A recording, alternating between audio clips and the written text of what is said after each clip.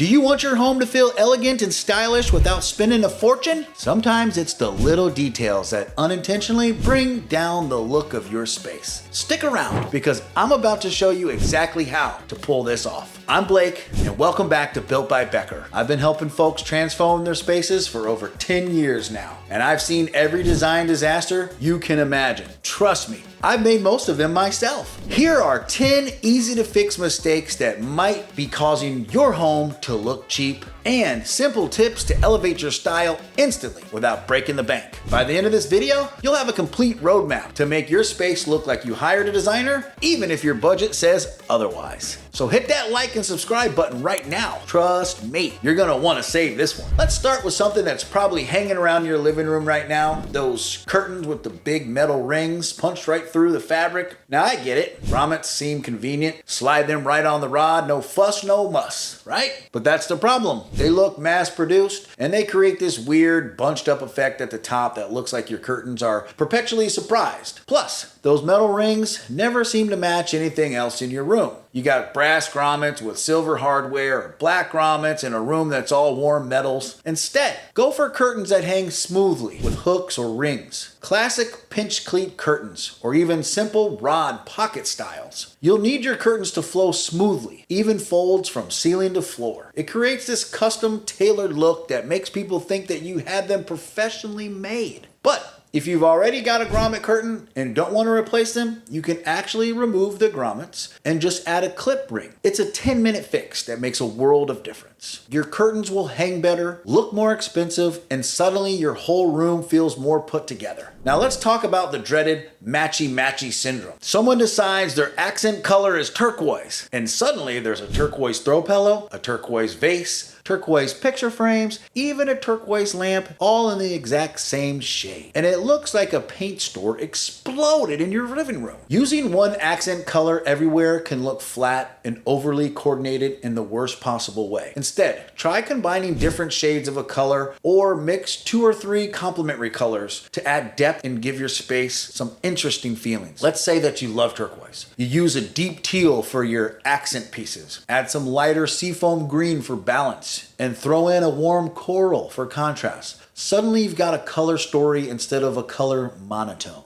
Now, while you're talking about these things, they should coordinate but not match exactly. Let's head into the kitchen for a second. The same principle, a cluttered mix of dishes can make your kitchen cabinets feel chaotic and honestly a little bit sad. But here's a beautiful thing. You can fix this for the cost of a nice dinner out. Opt for matching plates, bowls, and mugs. Even affordable sets look elegant when they coordinate. I'm not saying you need to throw out everything you have and buy the fanciest dinnerware. I'm talking about choosing one cohesive style and sticking with it. All white dishes, classic and timeless. All black, modern and sleek. Matching patterns, totally doable on a budget-friendly option. All right, let's move from the kitchen to the bedroom, because if there's one place that's looking cheap, the bedroom where you sleep. Your bed takes up half of your bedroom. So if it looks cheap, your whole room looks cheap. And nothing says budget motel quite like a thin comforter that barely covers a mattress, some sad flat pillows, and an old dusty headboard. Here's where we're gonna get a little bit sneaky with our styling. Go bigger with your duvet size. Add layers of blankets or throws to create a luxurious hotel bed without splurging on fancy linens. I'm talking about choosing a queen size duvet on a full size bed or a king size duvet on a queen bed. Why? Because when your bedding is bigger than your mattress, it creates a lush, overflowing look that screams luxury. The fabric cascades over the sides and suddenly your bed looks like something a 5-star hotel would carry. Add a throw blanket at the foot of the bed. Layer in some different textures with your pillows. And boom, you've got a bed that looks like it cost 3 times what you actually spent.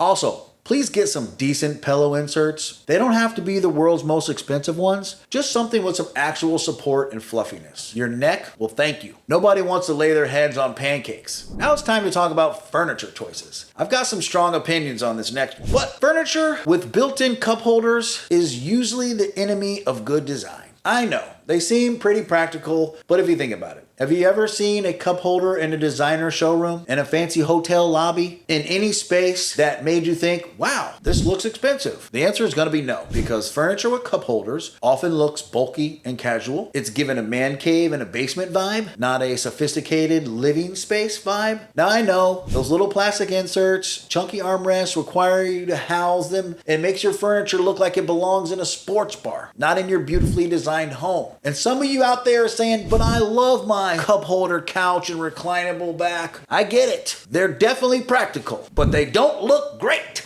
Instead, use stylish side tables for drinks to keep your seating area sleek and sophisticated. A nice side table or coffee table that gives you the same functionality without compromising the aesthetic. Plus, side tables are way more versatile. You can use them for books, plants, lamps, or whatever else you need. There's another thing that makes a living room look more grown up. The TV awkwardly shoved in the corner of the room. A TV crammed in the corner or sitting on a basic stand can throw off the whole room's flow. When you stick a TV in a corner, it becomes a weird focal point that doesn't look like it really works with the rest of the room or the furniture layout. People end up cramming their necks, or your sitting arrangement gets all wonky from the whole room feeling unbalanced. For God's sake, mount it on a wall. Use a hidden projector, or find a creative way to keep it from feeling like an afterthought. Wall mounting is probably your best bet. It frees up the floor space, creates clean lines, and allows you to center your TV properly in the room. If mounting isn't an option, invest in a proper media console that fits your space and style. Okay. Let's go back to the bedroom for a minute, because there's something behind closed doors that's probably affecting your space more than you realize. Your closet. Yes, your closet might be behind closed doors, but trust me, it's affecting the vibe of your entire home. Overstuffed closets make your entire room feel cramped, cluttered, and even when the doors are shut, you know it's back there. It creates this chaos that permeates the whole space. You can't find anything, getting dressed becomes stressful, and your bedroom never feels truly peaceful and relaxing. By this point, you probably already know the solution I'm going to suggest. Clean. Clear out your seasonal items. Find storage so your closet and bedroom feel spacious and organized. I'm not saying you need to go full minimalistic here, but you should be able to see what you have and access it easily. Use the underbed storage boxes for out-of-season clothes.